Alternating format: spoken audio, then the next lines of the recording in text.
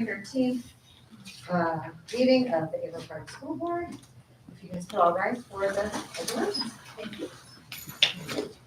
Pledge allegiance to the flag of the United States of America and to the republic for which it stands, one nation, under God, indivisible, with liberty and justice for all. Thank you. Jim. And kick it over to you. I feel like you both did really good. Good evening. We have a very brief report tonight. So, wanted to just provide you some information. The district is in the process of implementing something called Help Me, and it is a mental health support program. It's something that we have kicked around for a long time, and I want to show you this video, but just to kind of set it up, when we look at our threat assessment resources, and you look at the stuff that we're doing, we are in really good shape. You look at best practices, you look at the stuff we've implemented. The one thing that is kind of a weakness in our opinion is a 24-hour anonymous reporting vehicle. And we've had a lot of talk about this. We've had some student involvement. We have a group called Elevate Student Voices that has been inquiring about this. And we feel now that the time has come to actually implement this. And there's a few reasons. In the earlier versions of what was out there in terms of programs and supports, there was not 24/7 support, which created an issue because if an administrator is not on duty per se, it's 7 o'clock on Saturday morning, it's 11 o'clock on Saturday night. We don't have people who are able to answer appropriately. So our concern is that we are setting up ourselves and the people in crisis for failure, right? We're not programmed to do that. That's what 911 is for, and police us. So anyway, this program, this group, I should say, actually has 24/7 support. They have a monitoring and support component, and they actually have access to counselors. So it's a big piece is that 24/7. That has been the number one concern of the administrative team. The other thing in this case of this one, which is called Help Me, it was originally called Stop It. Help Me is a little more inclusive and includes some mental health resources, so you can actually get some assistance to help yourself as well. It has some more information. It's more comprehensive. The really important thing with this is it's been implemented in other places. So as we've talked about here, we like to be on the edge, but not the bloody edge sometimes, and not always necessarily go first. So with this, we have the benefit of having some other places that have gone through this and to learn from that. Kind of doubling down on that, Evan Klauber, our newest administrator, high school assistant principal, actually was part of the implementation in his previous district. So we have someone who actually has firsthand experience doing this, which has been very helpful. And then finally, as we kick off to the budget, this is covered under grant money. So the cost is right. So when you combine the cost, the fact that we know other districts in the component or in the BOCES component district are doing it, when we know that it has the 24/7 support, we decided that it's time to kind of go down this route. Our goal is to have it fully implemented by after February break, and it's going to be available for students in grades 4 through 12. So I think you'll like it. This video is a good overview. It's not a great overview, but I think it'll be helpful kind of explaining what the Help Me app is. Today, I want to share a new way students and families at your school can get emotional and resource support, state-compliant anonymous reporting with two-way communication. Powered by Stop It Solutions, the Help Me app allows your school community to access these supportive resources anytime, anywhere. Help Me has 3 buttons that connect you to support and could even save a life. Each time you need help, you can decide what kind of help you want to get. Help Me keeps your information private because we want students and families to know it's okay to need help and there are safe and confidential ways to reach out for support.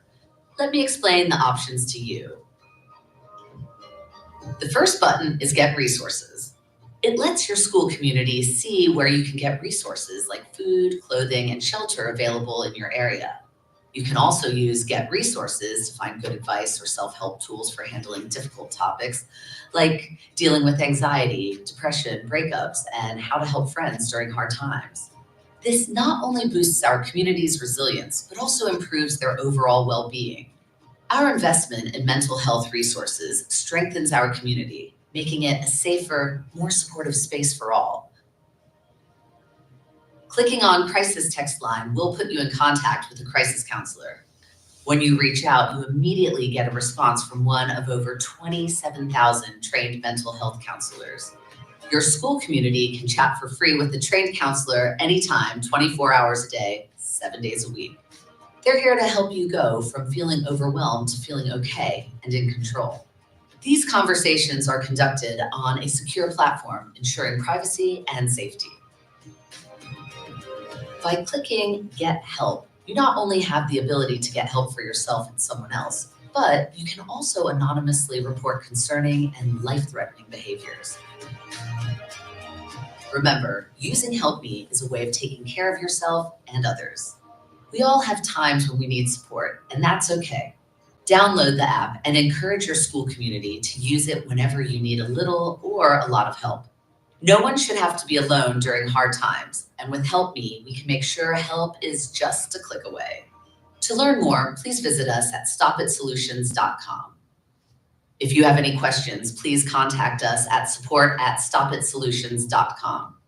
So with this app, the key again was the anonymous reporting piece. That's the thing that we were looking for. And Stop It Solutions really focused on that in the beginning. It's expanded into some of those other resources, which we feel are beneficial for students.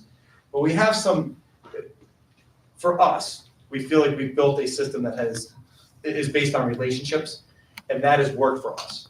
But there is that opportunity for things to fall through the cracks, and we feel like that fills that crack and gives students a way to reach out if they need to. It's good, again, having Evan, who's been through this and has seen it actually implemented. And it did lead to some situations being averted, right? So if a student does hear of, someone's gonna bring a weapon to school tomorrow, they can report it on this, and that way we're aware of it right away. So there's a bunch of really, we think, beneficial things here. It didn't get into it on this, but there's a system that allows administrators to be informed. So based on the school and the age, it's gonna go to the principal, and that enables them to provide assistance if it's during the day. You set beginning and end after hours. So after hours, it goes into that 24/7 monitoring line.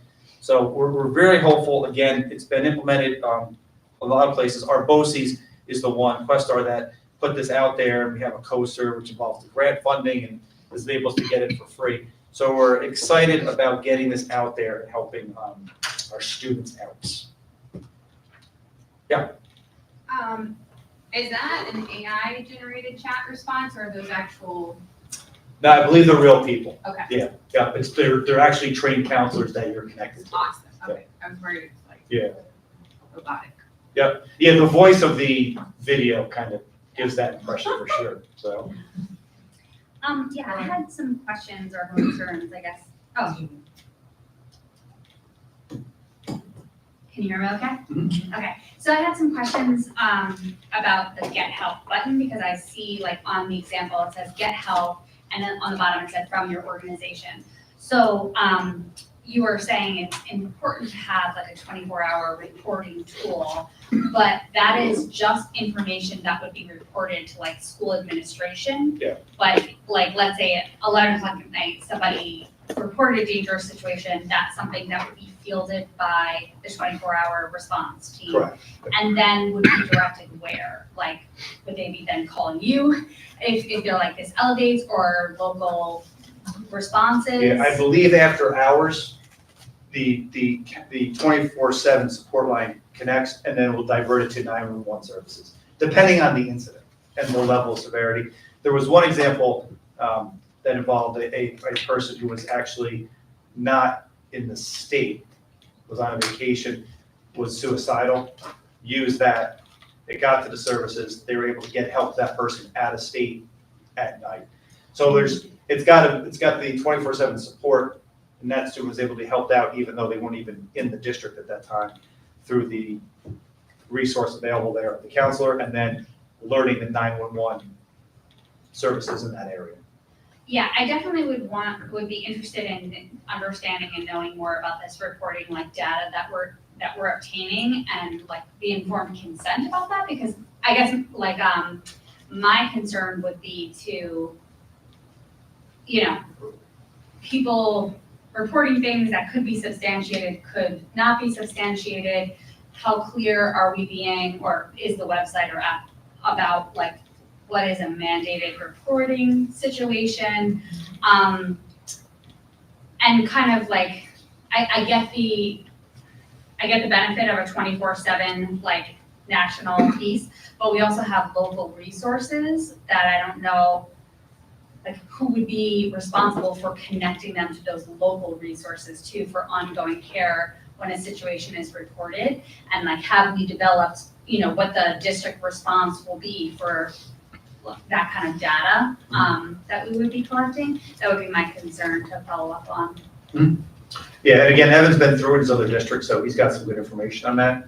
Kate Dorgan is overseeing it for us. She's certainly a little more closer to the ground than I am at this point. We've had 1 meeting or 2 meetings with our administrative team. They're gonna come in and do some training, and then there's a whole bunch of videos and information that we're gonna be providing to students and parents about the program and the service and what it does. So we'll start to kind of dive deeper into it. Yeah, would we have the capacity to sort of demo the app at all, like to check out, you know, navigation of that?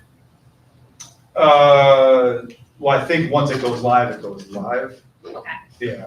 Can we do that in safety committee? That's Uh, where we were reviewing all of it initially. Yeah, we haven't done that with, this hasn't gone, I don't think, to the safety committee. That's what we talked about last time. Did we talk about it last time? Yeah. High level, briefly. Okay. I would be interested in seeing how it works. I kind of agree with Lauren in the, next steps and then who's responsible and who decides if it rises to the level of reporting to, you know, authorities, like what is there criteria that they lay out for it?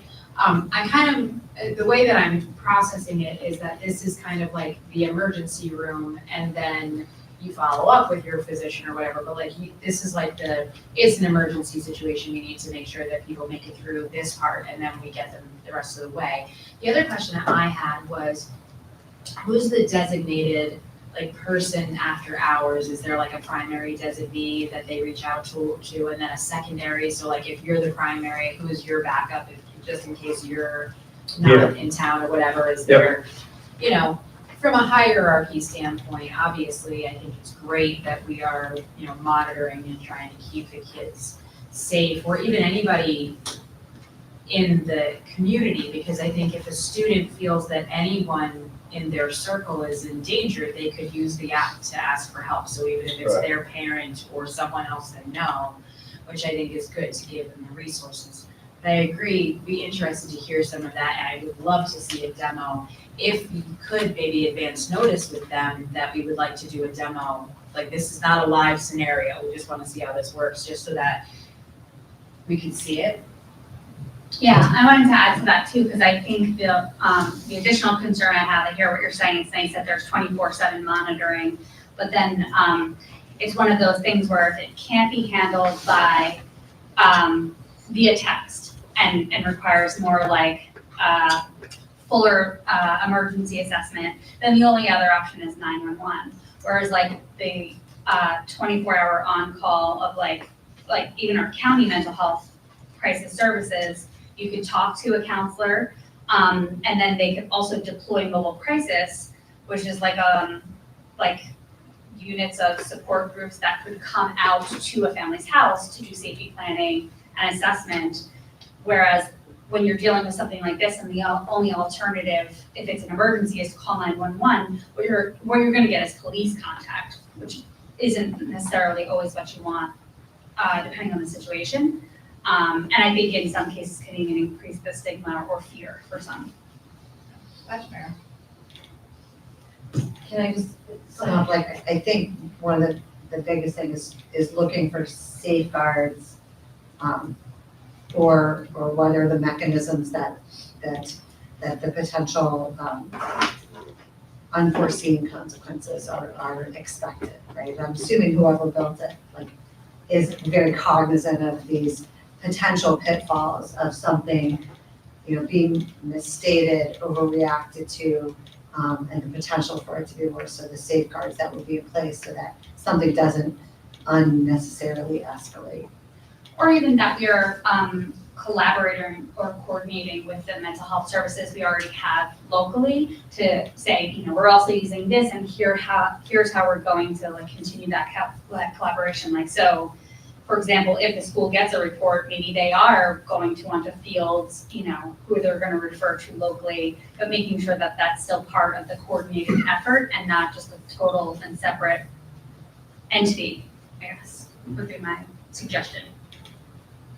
Not to be misunderstood, I want to make sure that you know that I'm not trying to put a negative connotation on this. I think it's wonderful. I can think of a half a dozen situations that I was in as a high school student that I could have used a resource like this. And I think it's great that we're accessing that.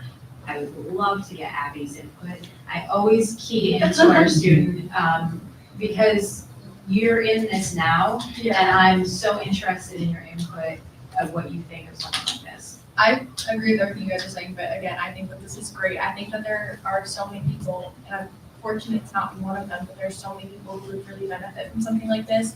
And I just think that there's a level of like fear regarding like our school counseling team. Not that they're anything bad, like they're wonderful people, but just like the in-person confrontation, and it's not anonymous, and people know like, what's going on. And I think that there's something less intimidating over, you know, you're not necessarily sure who you're reaching out to, and it's 24/7, it's available. I know high schoolers are most active at like 2 in the morning sometimes, so like, you know, it's really nice to have those resources at all times, and I think that we get a lot of use out of this. I'm not ready for that. My soon-to-be high schooler to be active. I'm just gonna remind everybody, don't forget about your names.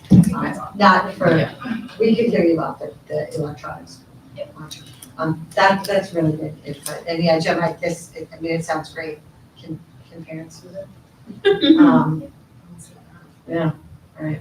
Any other questions? Awesome. Thanks, guys. Thanks. Thank you, Jim. Go on to celebrations of success.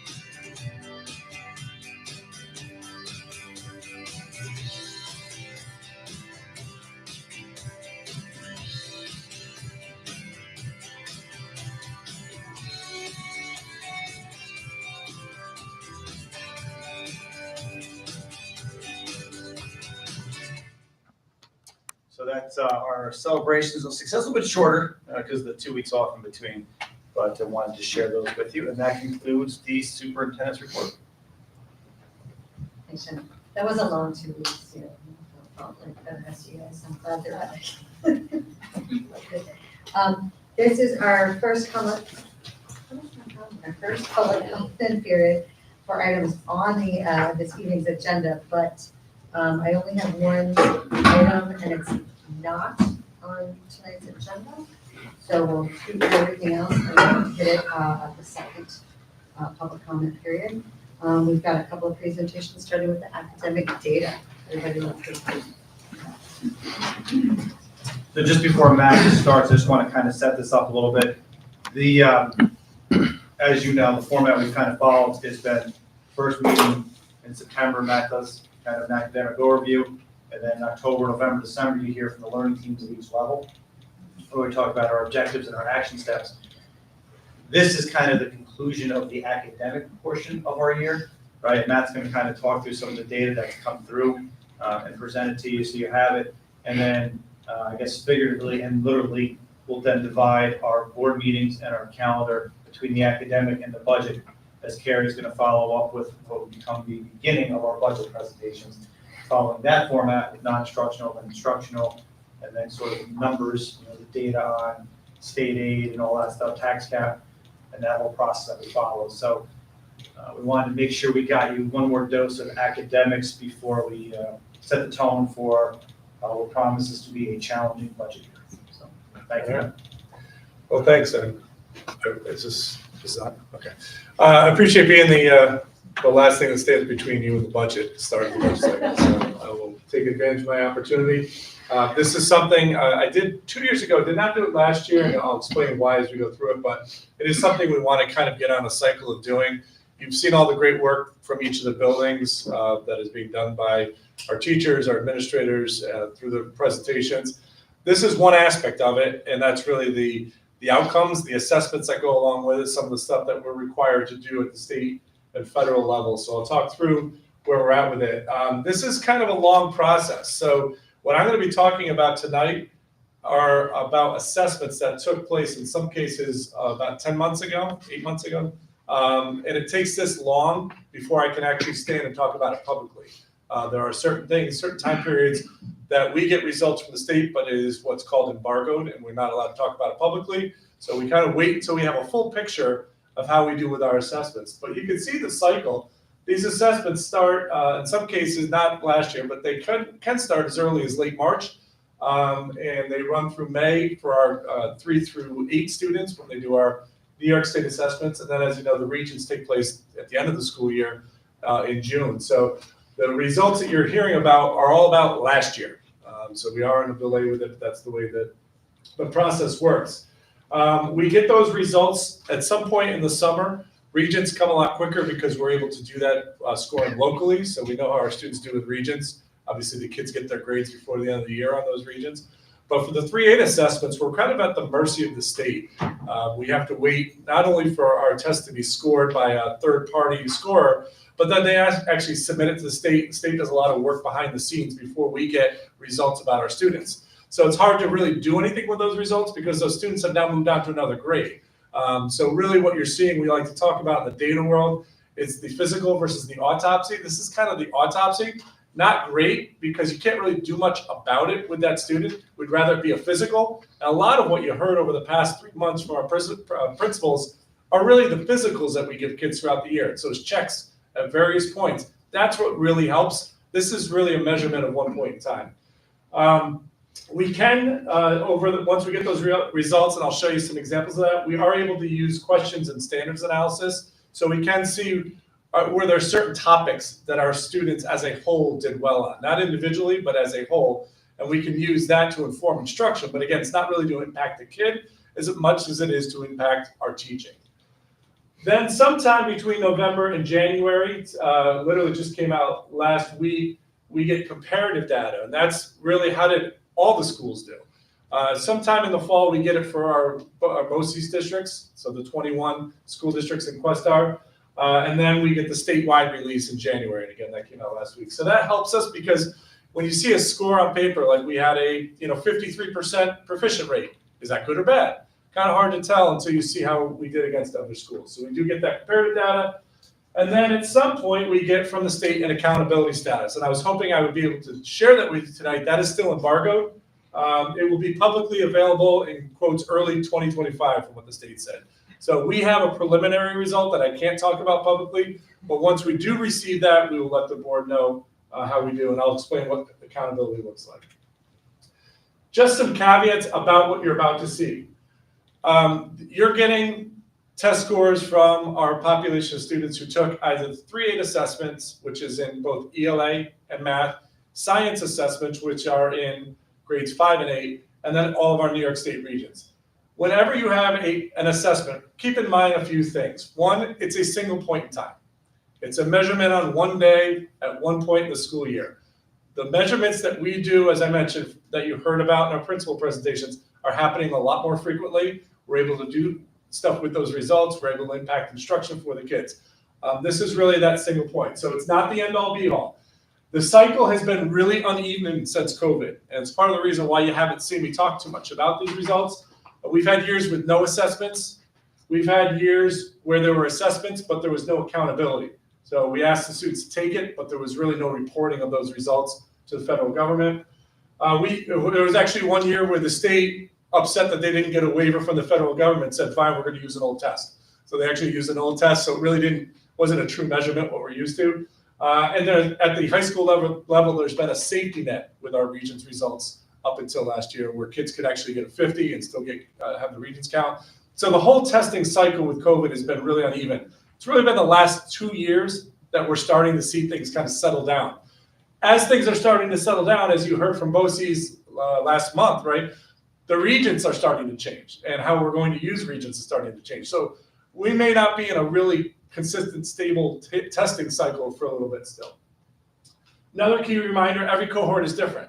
So just because a proficiency measure went up or down, remember it's a different group of kids taking the assessment from one year to the next. So it's hard to say that, oh my gosh, do we have a problem because in fourth grade in math, the scores went down. Well, it's a different group of kids taking that fourth grade assessment. So again, hard to judge too much from a single point in time. We also, during this time, introduced computer-based testing for our 3-8 students. So our students in 3rd through 8th grade, in almost every grade now, are starting to take those assessments on computer for both math and ELA. That was new for them. So that had an impact on performance as well. And as I mentioned, it's a single point in time. It's indicative of something. We don't rule it out and say, don't disregard these results. It does have meaning, but it's not everything. There's a lot of other factors that go into it. The reason we do this is because there's a federal accountability system. New York State is required, in order to receive federal funds, that there be some sort of accountability in our state to judge how we're doing as a school district. So to meet that demand from the federal government, we have to still do these assessments. And so I'll start with sharing our Regents results from last year. What I've done is combine all of our Regents into one slide. So you'll see on the left column a list of all the Regents that we give in our high school. The percent proficient is the percent of students who took that assessment and scored a 65 or higher. So these are students that passed that assessment. And then I compared that proficiency to the year prior. Again, we're really talking about 2 years of stable testing situations. And then I also compared our proficiency rate to Questar. So those are the other 20 or so schools that take those same assessments, same group types of kids. And then I also compared it to NARIC. So NARIC encompasses not only Questar, but Capital Region BOCES, Washington Saratoga BOCES, HFM BOCES, I think North Country BOCES. So there's about 130 schools in the NARIC region. So you're getting an idea of how we did not only compared to ourselves the prior year, but how we did compared to schools in our area and schools around our region. And what do we do with these results? Again, we get these after the kids are gone, and obviously for some students, because of the requirements, they have to pass certain regions, so we work with those students. But it also does have an impact on program. You heard from Heath Keelis over the summer to talk about the math. Some of our math results over the past 2 years have not been as strong as we would have liked. So what did we do this year? We changed program. We realized in talking to schools, what we were doing with our math program was putting every kid on a single pathway. And when we made that decision to do it, there's a lot of reasons why we did it that we believe strongly in, but it had an impact on our results. So we said, well, we can't keep going down this path. It's obviously not working for some kids. So we've changed those pathways. We now have students that are able to take math over a 1 or 2 year sequence. Some are able to do it in a year, but they add an extra half block every other day. So it's giving them more math instruction, which a lot of our neighboring districts utilized, and the results were better than ours. So we said, let's give that a shot. So we're excited to see the impact of that this year and next year as we have students going at different paces through that math instruction. So this So, was the first year we implemented that? Yep. Okay, so it's not. You wouldn't see any results from that yet. Yep. So this is our first group going through it. So that's the type of thing that these results do help us with, is if we start to see things trending in a direction that we're uncomfortable with, we can look at program to make sure that we're addressing that. In our New York State 3A assessments, same exact idea. listed the assessments on the left side, percent proficient. Now, percent proficient for 3 assessments is not a passing thing. There is no passing grade on New York State assessments. They give students a level score. You're either a level 1, 2, 3, or 4. So they count proficient as being a level 3 or a level 4. So proficiency levels are a lot lower. They're lower across the state because of that. It's a scale score, so it's not actually based on the number of right or wrong. It's a number that they figure out once they get everyone's score, and they draw a cut line and say, okay, these are all of our 3s and 4s. These are our 1s and 2s. So a little more convoluted about how the score comes to be, but we've been fairly steady with our scores. Again, this has been new because these are just computer-based tests now for all of these students. So we're adjusting to that, and we're adjusting to getting into a testing scenario again. What do we do with those scores? And really both the Regents and our New York State assessments. This is the work that happens and can happen in our buildings. And again, we're starting to ramp up these efforts because we've kind of gotten back into this routine about, okay, we're getting results. The results we now have multiple years. We have comparative districts. So a couple of things that we've started to work with is being able to look at how often do certain standards appear in an assessment, right? We know, and you've heard from all the presentations, that we really do emphasize priority standards, essential standards in courses. So the teachers look at what they think is the most important standards. What are the things our kids absolutely need to know in 3rd grade math, 8th grade ELA? Well, we can then take those essential standards and compare it to what the state says is the most important by how they assess. And so these are the types of heat maps. So things in dark red appear more often on an assessment than things in light yellow. And we use that to help us identify areas that we might want to beef up instruction in. And we do a similar thing with our Regents. We use bubbles, but the larger the bubble, the more questions there are on an assessment to help our faculty decide, are we emphasizing the right standards in terms of what's being assessed by the state? We also compare how we do by question to our standards and our RIC.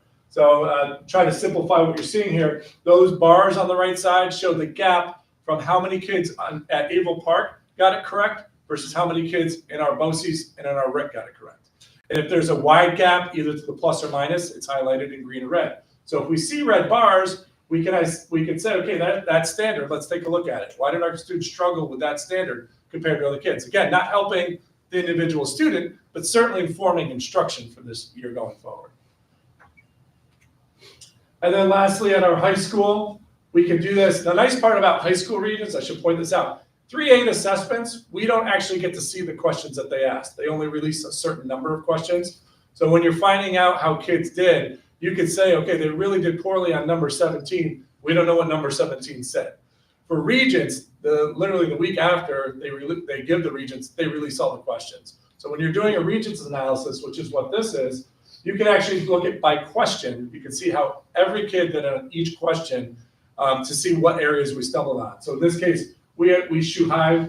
Anything 75% or higher is in gray. Anything below 75% is in red. So more than 75% of our students got it wrong. Sorry, more than 25% of our students got it wrong.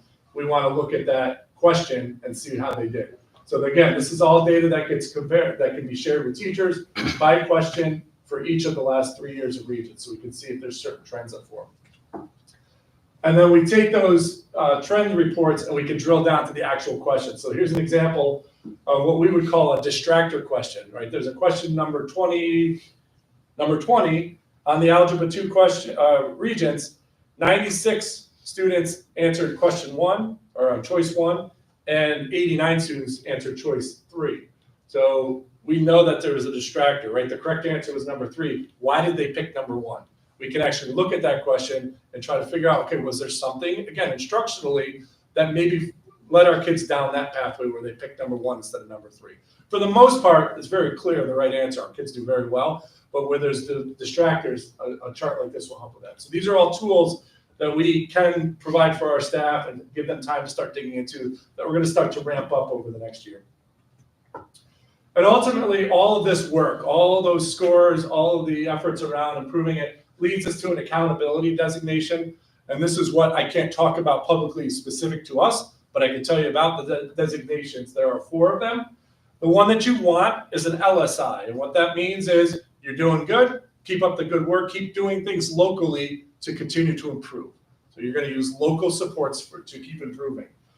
A TSI is when you have certain subgroups, and I'll talk about what those subgroups are in a minute. If you have certain subgroups in your district that are underperforming for multiple years, you can be labeled a targeted district, a targeted school or district. And with that comes the need to do some local improvement, and you also have access to some funding to help you improve as well. And then it goes down from there. There's additional targeted support and comprehensive support. That's really your lowest performing schools, nothing that I would suspect we'll ever have to worry about here.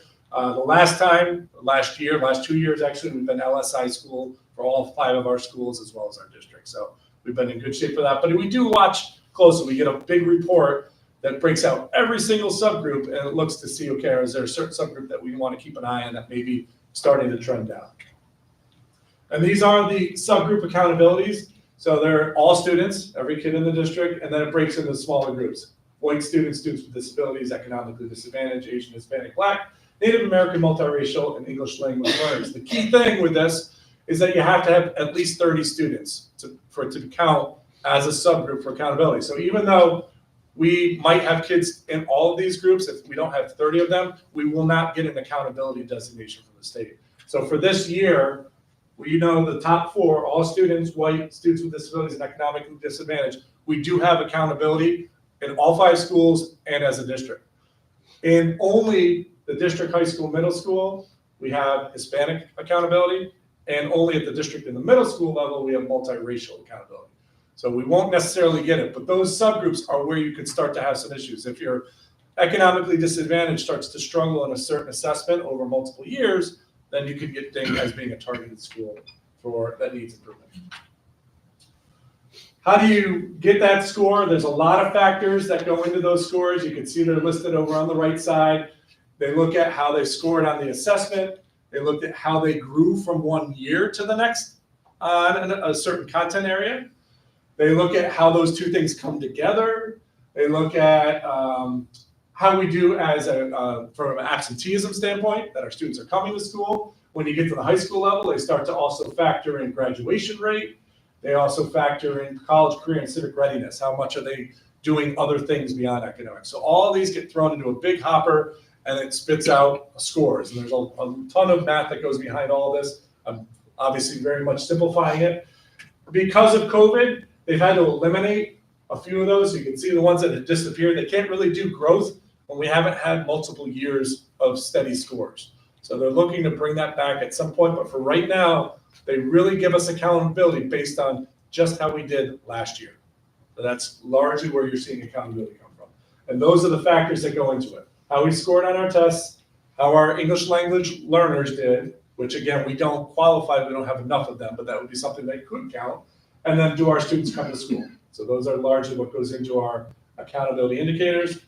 And as I mentioned, this would be the big reveal, had we been allowed to. Right now, they're all embargoed. But at some point, I'll send you this slide with the letters of our identification. Again, early 2025 is what they told us. But this is where we find out our status, and then we go forward from there. Any questions about our data? Go ahead.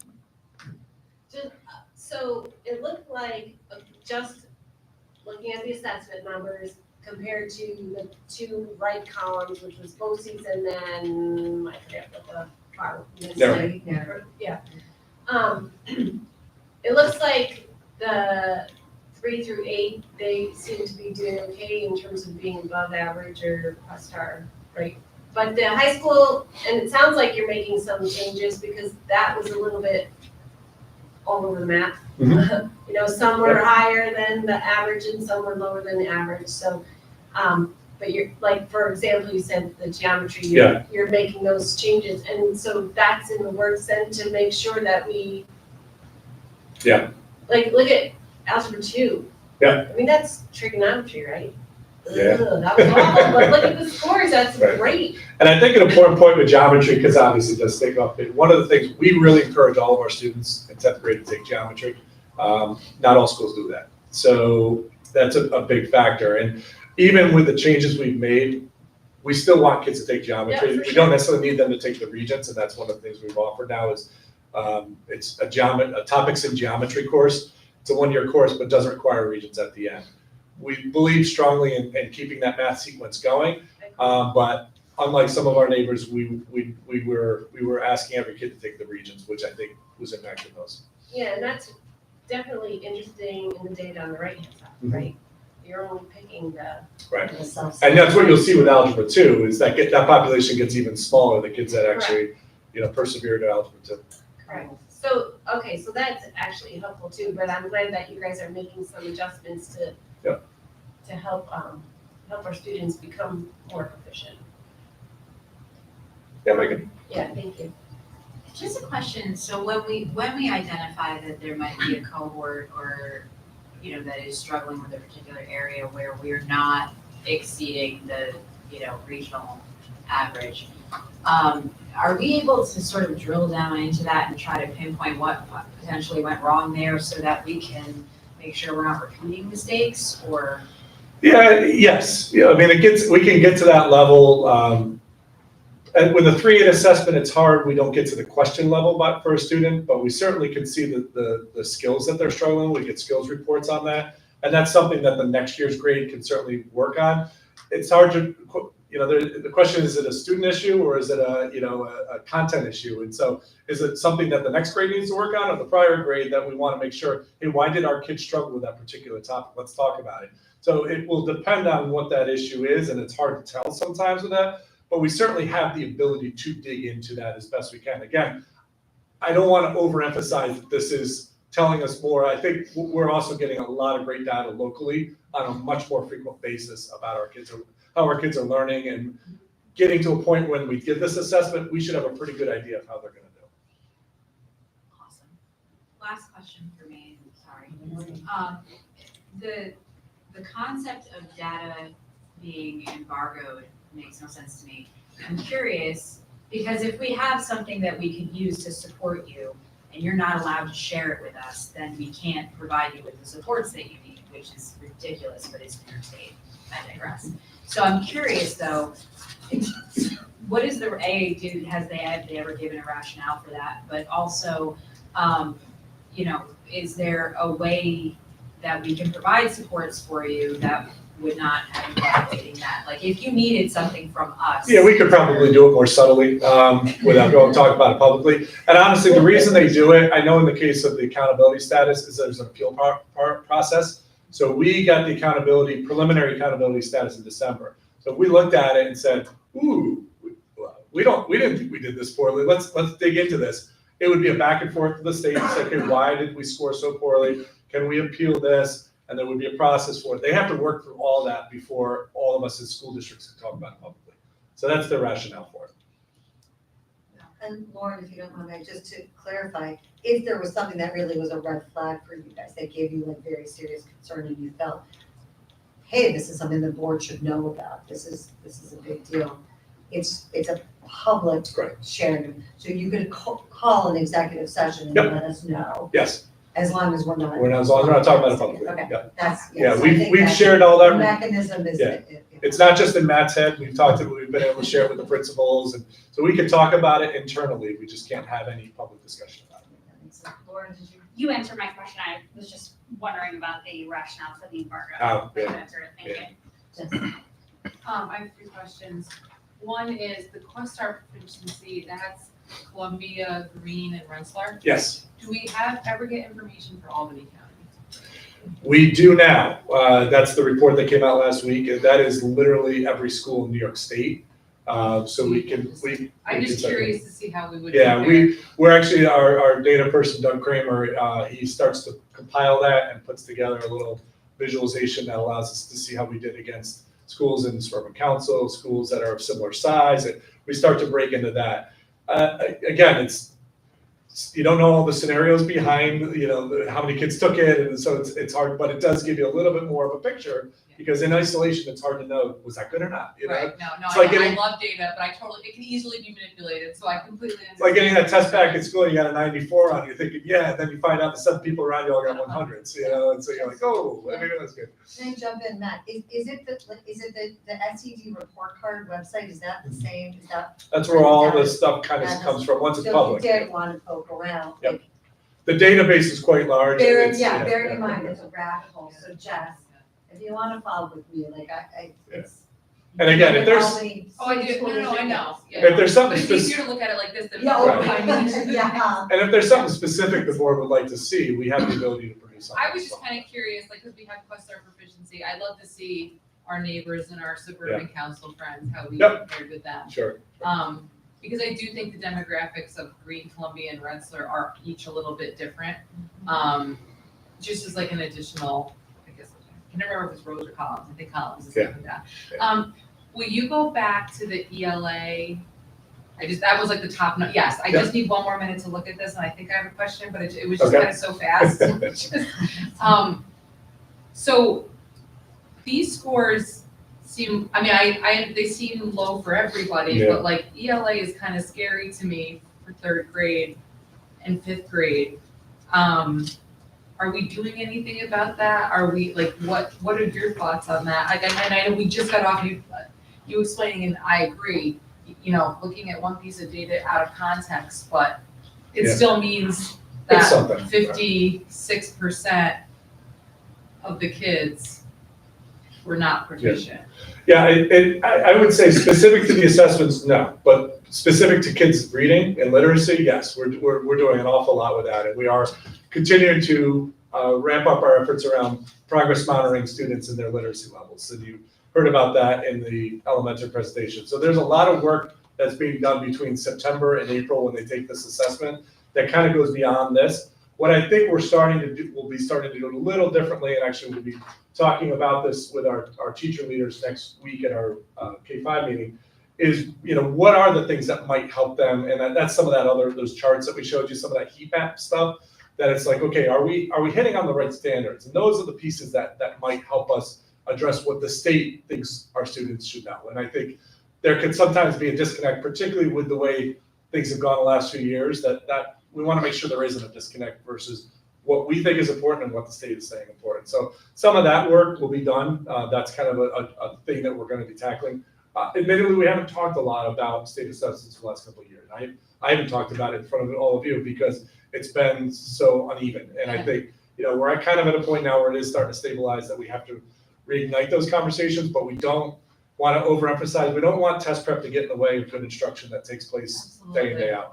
So we're being really careful to walk that fine line of these mean something, but let's not, we don't have to overdo when we talk about it. Will you go, and I'm imagining what you're saying, like that would go for all, like, I only talked about ELA, but the same things with math. With too, it, like, yep, yeah, okay. Can you go to the page, the regions page with the red and the green? You kind of lost me on that Oh, one sure. a little bit. On the bars, that one. That thing? Nope, the other one. That one? So, yeah, sorry, I said green, but this is what I meant. So, so there's numbers, can you just tell me what that is again? Yeah, let me point, it might be easier. So what this is this is a standard, all right? This tells you the number of questions that were asked on that standard. Okay, This tells you the type of question, so there's one multiple choice question on that standard. okay, And this basically says on that one multiple choice question, 50% of our students got it right, 50 got it wrong.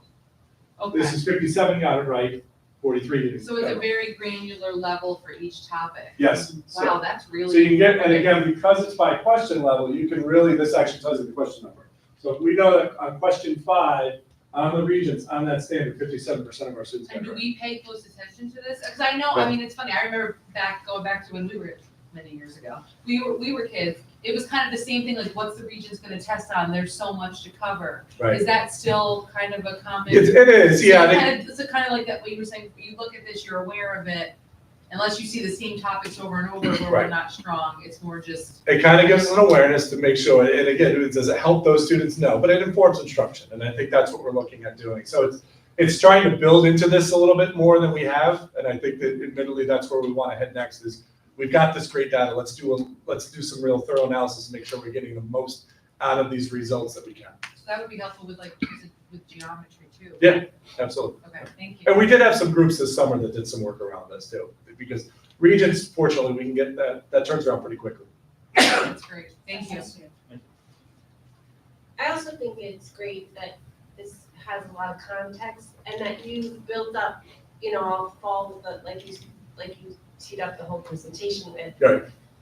Every building came and presented on the, or every level, I wouldn't say every building because the 3 elementaries are presented together, but the fact that they are doing, constant check-ins, like all the time, doing like those mini assessments, if you will, and they're checking in on our students all the time, I think speaks volumes and puts this all in context. And like you said, like, well, what are other districts doing that they're getting higher, test scores or whatever. But I think the 3 through 8 is maybe a little more even because all the students are taking it. Right, So, right. but Yes, that, exactly. but that all helps to know that our students, we're keeping an eye on our students all the time, not just in the spring when they're taking these assessments. So I really appreciate that. Matt, what's like a good number for EL? Like I hear what you're saying as far as like 50% because we don't want to teach to the test. What would be like? Who knows? I mean, it really could vary from Year year to to year. And it's where because that, particularly for 3A, it's where they kind of draw those lines.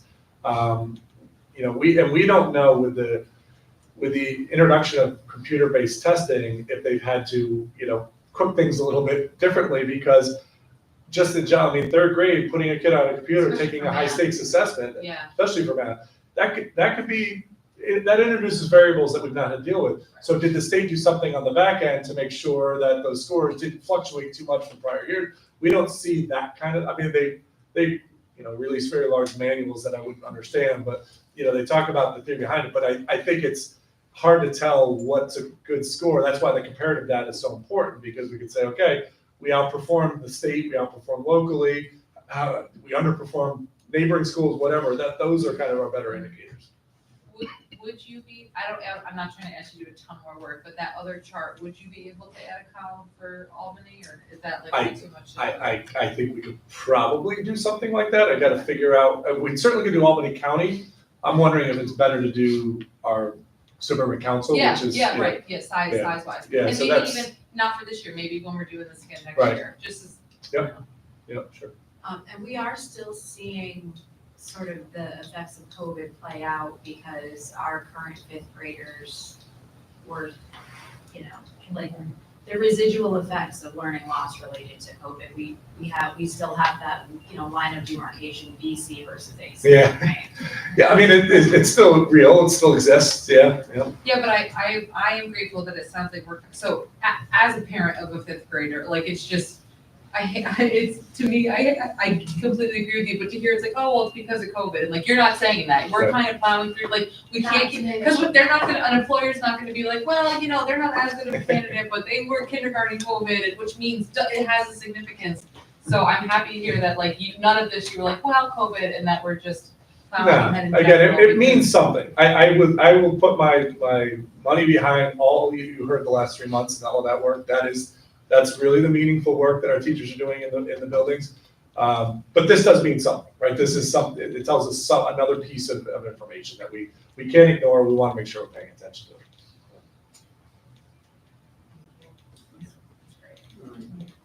I don't know. Yeah, well, let's, You yeah, get to do that public that's how you keep comment. going. We're all good in the, okay, go ahead. Oh, you're done. Oh, yeah, that was it for me. Can I ask a question? Yeah, okay, yeah, Matt's done, go ahead. Oh, okay. Oh, it's just like a short one? Yeah, it's maybe real don't- short. Do you have your data for the English language, 3rd through 8th grade for special ed students and all on top of your head? Yes. What's the Oh, in passage? terms of on top of my head, no. Yeah. But it does disaggregate out, so we can get those percentages. Because it's an accountability group, that is one of the things that we do have to report on. Thanks, Matt. Yeah, thank you.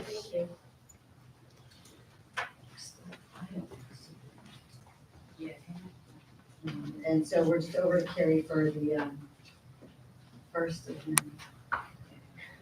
But I'm excited for this. Thanks, Carrie. Take it away. All right, we'll jump in. So I'm going to start off the budget process with the non-instructional budget for next year. So start with operations and maintenance. Since I've been doing this presentation, I've started off with this chart that goes over the custodial staffing for the district. And really what this chart does is shows the custodial staffing versus the square footage of the building.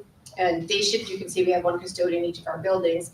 but we really focus on the second shift. So at the high school, you can see you have 7 people, which breaks down by square footage, about 30,000 square foot per employee at night to clean.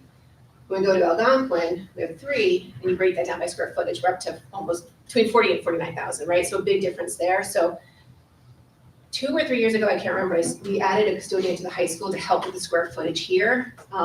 If we could, you know, our one wish list item for the non-instructional is if we could add a custodial helper at Algonquin. Because just by adding 1 person in the second shift, going from 3 to 4, that would drop that square footage to 36,000. That would really relieve some of the stress and pressure they have at night because they have such a small staff to do such a large building. So that would be our one ask if funding allowed, but that's kind of where we are. That's been on the list for a couple of years now, so. Budget pressures, we always look at our utility costs and they're, Sorry. Was it George Washington on there? yeah, GW is on there, the last one. That one's a little bit different because it's outsourced to the staffing. That's what I was gonna ask. Do they not help fund that at all? They do, they pay, their lease is made up of rent and ancillary charges, and that's part of the ancillary charges. Okay. So we that's pay not that- completely coming out of our budget. Yeah, so we get revenue back for it, but we pay the custodians, they're our employees, and then they pay us back through the agreement we have with them. Thank you. Yeah. So we look at the utilities, good news, bad news here. So heating oil, if you take a look at the chart back to 2029, we had some lower years there. 1920, that's kind of where the spring there where COVID hit. But you can see after COVID in 21, 22, and 22, 23 really spiked in terms of our heating oil cost. One, the cost of oil was very high at that point, and as we were coming out of COVID, we still had the COVID measures in place, so people had their windows open for the ventilation, so some of the heat was getting sucked out, so we had the heat kicking on a little bit more often. So we had big spikes in those 2 years. You can see in 23, 24, we've started to settle back down to 418,000, which was a huge drop from the prior year. In this current year, we're running pretty well right now. So through December 31st, our spend is 51,000. So the prices are still low, so we're in a good spot in terms of our heating oil.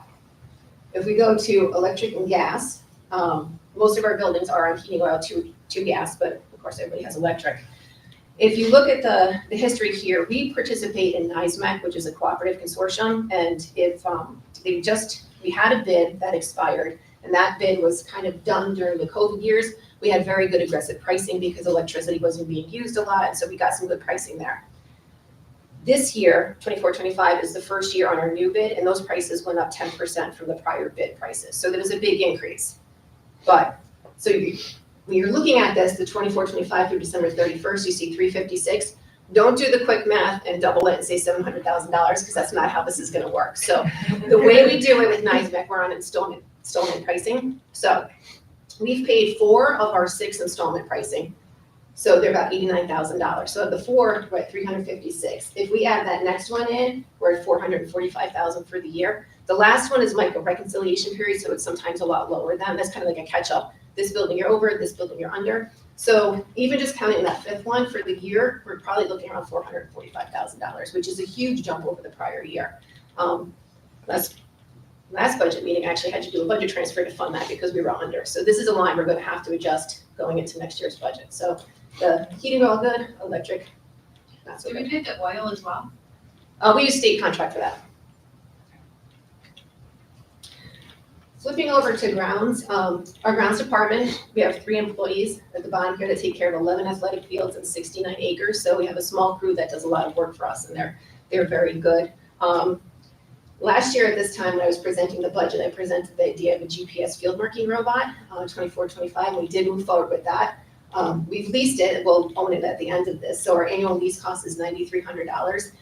The grounds crew really loves the robot, so it's helping with efficiency just in terms of like the employees, because they don't need, all 3 of them need to be there to mark the field. They can do it, the robot can do it, and not all of them have to be there to monitor it. The other advantage that's happening is you can see the 25-26 budget reduction in line marking paint. The robot is way more efficient in terms of the amount of paint that it uses to mark the fields over the manual process. So out of the line marking paint budget line, we've taken out $20,000 just because it's more efficient. So not even taking into account the efficiencies with the payroll, we're already seeing like a benefit from the robot. So that was a good buy. Going over to maintenance, we always talk about how great our maintenance department is, and they have such skills where they can do a lot of projects in-house. So as we build the budget, we look towards, well, what kind of smaller projects can you do in-house? So we give the list of the 24-25 projects that they've been able to complete without outsourcing to another vendor. And then 25-26, these are the type of things that we're looking at doing, all with our staff that we have on hand. And of course, just keep in mind, this is all in addition to the preventative maintenance that they do, all the repairs that they do, things that break, constantly left and right that they have to drop everything and do. So they do a lot for us and they do a really great job. We would also like to continue doing the $100,000 capital outlay project. So we'd like to include that in the budget again. Again, just as a reminder, the first year you get it in, but then you get the aid back the next year. So now we're already in this cycle. So it really costs us about $25,000 to do these projects, even though they cost $100,000, and we get the aid back. Next year's project, we haven't flushed it out entirely, but we're looking at AMS upgrades. We're going to do kind of a few smaller things like music windows, cafeteria acoustic panels. Like we're trying to mesh a couple of smaller things together to form a project. And we're working with our architect to kind of finalize that, to find out what we're going to do and what we can fit within the $100,000, because it doesn't go as far as you think. Was this what we talked about, that it has to be one facility only can be used at? That's like the one stipulation. Yes, yeah, and we do talk about this facilities committee as well, just so we flesh it out there as well. So budget impact in terms of facilities, contractual salaries, this is not including any new FTE, this is just contractual increases. We did also increase the summer help a little bit, and that's for the grounds crew. Freeing up the grounds guys to do larger projects. We bring in student helpers that can do the mowing and like the raking and just the beautification process of the campus. Equipment, there's a reduction there of $17,000. Of the past couple of years, we focused on equipment for the grounds crew, so it's been like more expensive things like trailers and mowers. They're in a pretty good spot right now, so we're switching over to custodial. So that's why there's a reduction, because we don't have as expensive equipment to buy for next year. The net increase in contractual is 26, but that's again really just driven by that increase in electricity costs. And supplies, a smaller increase there of $7,000, but that's just due to cost of goods. Everything year after year, they just keep going up. Switching over to transportation, personnel, we don't have any increase in personnel there, but I do want to just note that there are potential increases due to pending outside placements. We do have a list of students that are pending placements right now. We don't know where they're going to go, but if we have to do smaller buses and do one-offs or one or two of those, we could be increasing the number of drivers that we need, and a lot of times those routes also need attendants. So this number isn't set in stone yet. We're meeting with special ed next week for their budget, so we'll flesh this out a little bit more, but that's kind of one thing that's just on the radar out there. In terms of equipment, the mechanics have asked for an air conditioner, diagnostic recharge and recovery tool. Ours is outdated, so they really need to get a new one to help them in the shop. In terms of the bus purchase that we're asking for this year, just as a reminder, the electric bus legislation is still in place, whereas all buses purchased by 2027 have to be zero emissions, with the entire fleet converted by 2035. We're currently right now in the midst of our fleet electrification study that's being funded by NYSERDA, and we should have a draft report sometime in February. We haven't shown an option for electric bus purchase, just because we're waiting to get that report back to see like what our facility and our current infrastructure can hold and what would be the best option for us to start. So we should have more information on that in a month. Question on that? Yeah. I don't think I need to reiterate how I feel about it, but I know some of the literature that I'm seeing come across is that a lot of districts are really feeling nervous about it because there's been no vocalization from the government that they acknowledge it's an impossible request. So is there any like underlying, or does NISBA or anybody have any kind of guidance on how do we approach state legislature and the governor's office to kind of speak truth to power and a little bit of reason on this? Yeah, well, I think a lot of our organizations like NISBA and NISCIS and the school boards are, trying to relay that message, because I think they realize to have your entire fleet converted by 2035, it's probably unrealistic, even given the infrastructure needs that are for every district across the state. In order to even do that, the amount of money that will have to be invested, and there's still no, so we would likely have to do a capital project to get our bus garage up to where it needs to be in order to support an entire fleet of electric buses. So there's questions out there. So, okay, we put the proposition to voters in X community and X community says no, then what are you gonna do at that point, right? So there's still like some of these questions like hanging out there that don't have answers yet.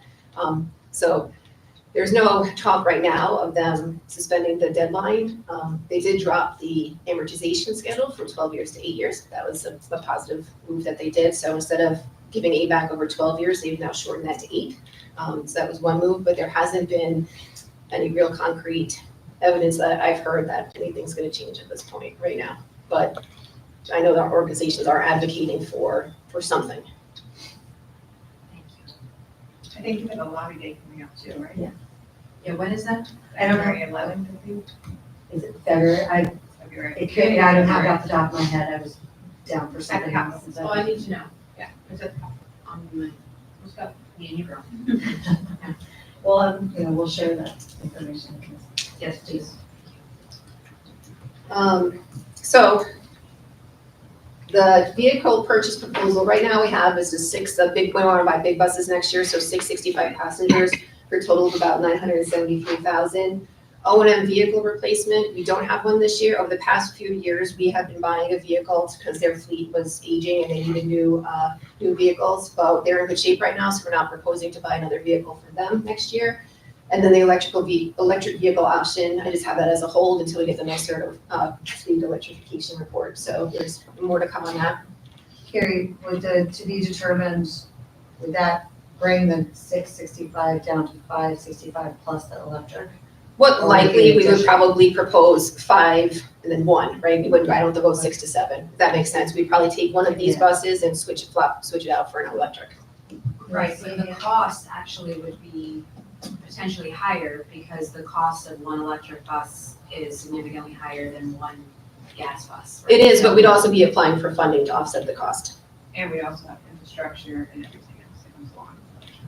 Right. Right, so, but we don't have the report yet. My guess is with our current existing infrastructure, we could probably support 1 and/or 2 chargers. I don't know that for a fact yet, but we could do we definitely could not do our entire fleet. That we know from that last study that we did. The study's gonna identify funding sources. Yes, all the funding sources, he'll go all through that and we're working with our vendor for buses as well. They help with that as well, but we would identify sources that we could use to offset the cost of the electric vehicle. And so we probably wouldn't expect that for the February 10th meeting, that might be too soon, but then would we get a presentation on that? Yeah, probably not February. I don't want to steal Matt's show at that board meeting. So probably after that. I think it'd be too early in February for us to have the report and have gone through with the consultants. And we can also have them come to a board meeting too, also and present their findings, which I think would be helpful. And hearing them talk about it rather than. I would, Yes. Yeah. Thanks. So right now, the budget impact, we're looking at contractual increases, no increase in the FTEs. We do have a little bit of an increase for trips and overtime because those lines are getting pretty tight, 237,000. Equipment, no change, that's flat. Contractual, $25,000 increase there. That's really due to insurance and electric costs. So any electric that goes to the bus garage, we charge to transportation because we can get transportation aid back on that. And also the insurance for the vehicles and that property. So I don't have insurance renewal rates yet, so I just put an increase in there, so that could go up or down slightly, depending on what they come in at, hopefully down. Supplies, most of them are kept flat, but we do have for our uniforms for our drivers and mechanics, this increase of $5,000 built in. Over to technology, personnel, we built the 24-25 budget, we built it based on 4 FTE. After the budget was finalized, we did have a retirement, but it was too late to be captured within the budget figure, but we're taking that into account in 25-26. So last year after the retirement, we went down to 3 FTE and we didn't fill that 4th position and we're not going to fill it in 25-26. So we do have budgetary savings going into this next year due to that retirement being done after the budget was finalized. Another thing that we're focusing on in technology is infrastructure replacement. We're just getting to a point where some of our systems are being, at the useful end of their life. We started last year with the wireless access points. We did year 1 of this replacement. They're near the end of their life and we were spreading the cost over 2 years. So in the current year, we've purchased 225 wireless access points and we offset the cost of that using E-rate funds. In 25-26, we're gonna purchase the remaining wireless access points that we need to get the whole project complete out of 107. We're gonna offset the cost there with E-rate funds. Then we're also gonna try to use the rest of our Smart Schools Bond Act funds to also help with that project. We've done a few projects, but we have about a $70,000 of money left over in Smart Schools that we can still use. We'd like to apply it towards this project. And then we're gonna start with core switches, again, for a wired network, but they're nearing their end of life, so we have to start replacing these things before they are just dead. So the cost, again, will be spread over multiple years. So in 25-26, along with the remaining wireless access points, we wanted to replace 2 core switches. Again, we'll use E-rate funds to offset the cost of those. So the budget impact for tech, with the reduction of the 1 position, even with the contractual increases, it's a savings about $80,000 in salary. Equipment, about a reduction of $30,000, and that's really part of it due to the number of wireless access points that we purchased this year compared to next year. Contractual, $1,000 decrease, but every little bit helps. And then supplies, there's an increase of $20,000 in software. That's just because of the increase in the software programs that we're using. But what we're gonna do is we're gonna decrease textbook funds by $20,000 to make up for that. So this tech budget will show an increase of 20, but our textbook budget is gonna go down by 20 because it's all a part of that instructional material aids money, so we can move it around a little bit. So that's gonna really be a flat, like budgetary, but in terms of the budget. Questions? Don't you need the textbooks?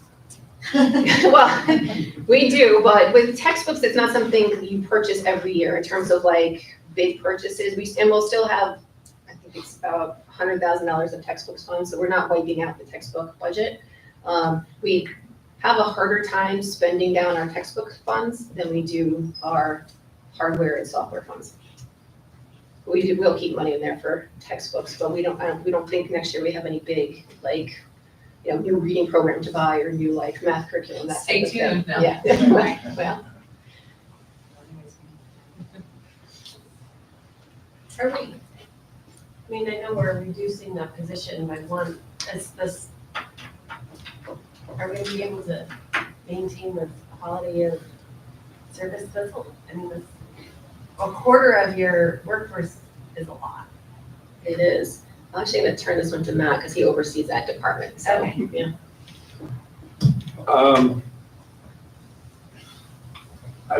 Can you? Yes. I mean, would you like more? Sure, but I think they're managing, and we've been at it all year. Right. 3. We've been fortunate in making the right decisions about what we buy, makes it a little bit easier to support, so we have a common device that just about every user uses now, so it makes the support of that easier. So things like that help. There's a lot more centralized support that takes place just because the evolution of technology. You no longer have to go to the thing to fix it. You can do it locally. So those pieces help. But without question, it certainly has an impact. We talked to Travis today. We've taken advantage of using students, both in the summer. We actually have a student helper that does about 10 hours a week after school, just to do some real low-level technical work, and that's helped. So it's a much less of an impact on our budget, but it does provide another set of hands. So getting a little more creative on how we can extend that tech support. We have a student help desk in our high school, so they do a lot of, again, entry-level type break-fix stuff with student Chromebooks, so that helps. It's part of a class. We give them credit instead of money, so. Well, that's great. I mean, it's creative ways to, fill that gap a little bit, so. And good experience for our students. Absolutely. I mean, Yeah. really good experience for our students. Absolutely. Thank you. Thank you.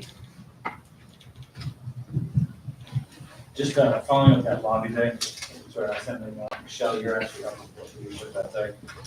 Moving, we have board leaders on 12 lobby days, 12 moving board leadership. Yeah, that makes sense. Yeah, I'll send an email out now. Oh. Just give you a heads up as to why we're changing that. I'll take the day off. I will do that. And that's February, you said? February 12th. All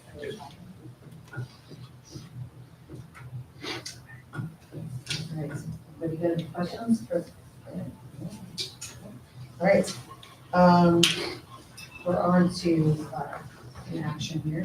I need a motion to approve the minutes of the December 16th, 2024 meeting, Megan first, Lauren second. Any discussion? Hearing no discussion, all those in favor of approving those minutes? All those in favor, that's unanimous. Okay, I need a motion to approve the consent agenda for business and special education personnel. Jess Z, second, Jess D, seconds, discussion. Jess Z, discuss. I wanted to thank the Post-Field Historical Society for establishing their senior award. I wanted to thank our Able Park Booster Club for their generous donation for the backboard lighting kit. And I also wanted to thank the Averill Park Education Foundation for their continued support with this big chunk of money that they're doing, donating towards multiple programs that are around the district. It's not all in one spot. You know, they're really doing a nice job of providing opportunities for students on all levels. So we really appreciate their donation and continued work and support of the district. The last thing I want to just recognize is a few retirements.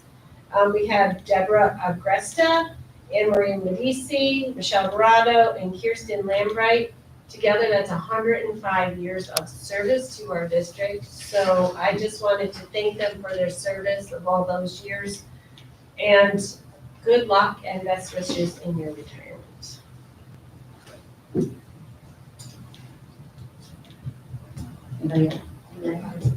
I'm just gonna say, I don't think it can be overstated the importance of the Averill Park Education Foundation and what they do for the students. And just about every meeting that we're here, we are recognizing a donation or some measure of support that the Education Foundation has stepped up and provided for the kids of the community. And thank you sometimes starts to fall flat because how many times we say thank you, but it really can't be overstated how important they are. So thank you.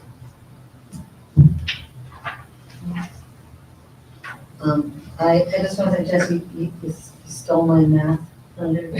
I did the math in 105 years. That's a lot. Everybody was 25 to 30 years.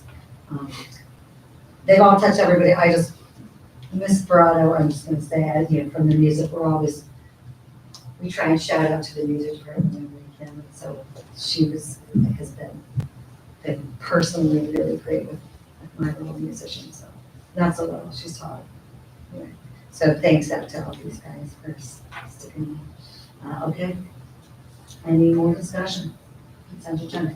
Hearing no further discussion, all those in favor of passing this consent agenda? Sorry. All those in, I got distracted. all those in favor of approving the consent agenda as is, that is unanimous. There are no one against and no abstentions. Okay. Okay, we have action items. I need a motion to approve memorandum of understanding by and between the Park Central School District and the West End Fire Department per the attached that we got. We got Jess Z first and Megan McGarry second. Any discussion?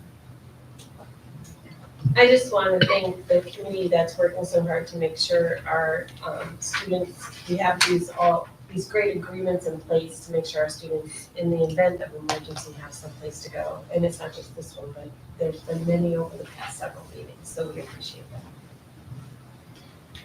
Hopefully we never need them. That's right. Okay. Any further discussion? Hearing no further discussion, all those in favor of approving this memorandum? That is, Michelle, did you want to look? You don't have to? Okay. That is, again, unanimous, so no one against, no abstentions. Okay, I need a motion to approve the agreement by and between the Oak Park Central School District and Van Hayden Hall, and for documentation ahead of time. Megan McGarry first, Lauren seconds. Any discussion? Hearing no discussion, those in favor of approving this agreement, please raise your hands now. Okay, that's everyone in favor, unanimous, no none against, no abstentions. Policy. We did have some commentary on policy, we'll just start, there's only three, we'll do them individually. We'll just kind of start with 7,000. Jeff, do you want to give Adam's input in his absence, just start out with that? Yeah, sure. So in terms of discussing policy 7,000, the facilities development goals, Adam had a comment that said, the final sentence promises that the superintendent will deliver a status report to the board every month. And we actually don't do that formally. And should we strike or change the sentence? And I would think we should continue to have a status report, but make it more periodic, because we do get those, in my opinion, we have those reports come, but it's not on a particular cadence. So I mean, I want to open up to the rest of the board for discussion, but that was Adam's flag, and then my input on that. Go ahead, Lauren. My input on that was just to make policies meaningful and a little bit more specific. I suggested we say at least annually. I feel that our current superintendent obviously gives us periodic reports as needed, but just in terms of longevity of a policy, I think having some sort of even just annual specificity is helpful to making sure we have that congruency for any future staff for the school. Does annually, like, adding some, go ahead, Meg. I mean, we have so much stuff going on, like literally all the time, that I feel like we're getting a facilities update almost every month anyway. I don't understand. So we are held to so many regulations, so many rules, and so many laws, and so many required policies. I just want to make sure that we don't have policies for the sake of having policies that are adding layers of and additional requirements, like Jim doesn't have enough to do. He definitely does have plenty to do, and he definitely does provide these updates. I just want to make sure that we're not doing something for the sake of doing something. Does that make sense? I agree. No disrespect to the policy committee by any means, because I know you guys work tirelessly on it. But I think that at some point you can have too many policies if they're not required by law. Are we really enabling them to do their job and just holding them accountable? Well, so here's one of the things that just respond to that is that, the point one, integrate facilities planning with other aspects of district planning. So there's extent to which, when I reading this, providing a status report, the status of facilities is incorporated into, we're gonna hear, in the budget commentary anytime change needs to be, so it is happening, not as a status report itself.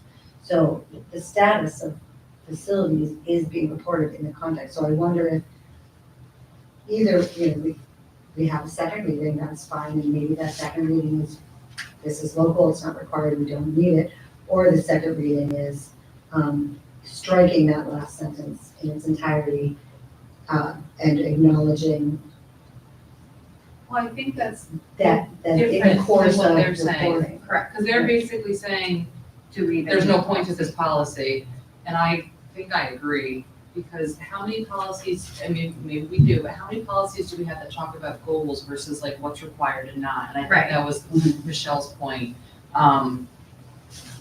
Sometimes less is more. Yes. I think these are all great, but I also think that they're all already being done. But I would also be curious to think what Jim thinks about this. Don't forget, we already have current policies in place that establishes these goals. There's no retraction on there, because I thought about that. Where's the retractions for We're not these policies? so we're not replacing anything We would with these. update. It is redundant, you're saying. Yes. Jim, are we allowed, can I ask? Are you allowed to ask you during the meeting? He's allowed. I certainly can. I try to say it because it's board policy. Well, it says superintendent. and You're you're- superintendent, it's And you've been one for a long time, so I'm actually quite serious. And here, the only thing that I want to chime in having this, that when we say, you know, we're getting this and we do this all the time, is that a lot of policy is developed to make up for, you know, in the absence of, you know, if there's somebody other than Jim, heaven forbid, So, then to have that. So go over to you, Jim, but that's sort of where.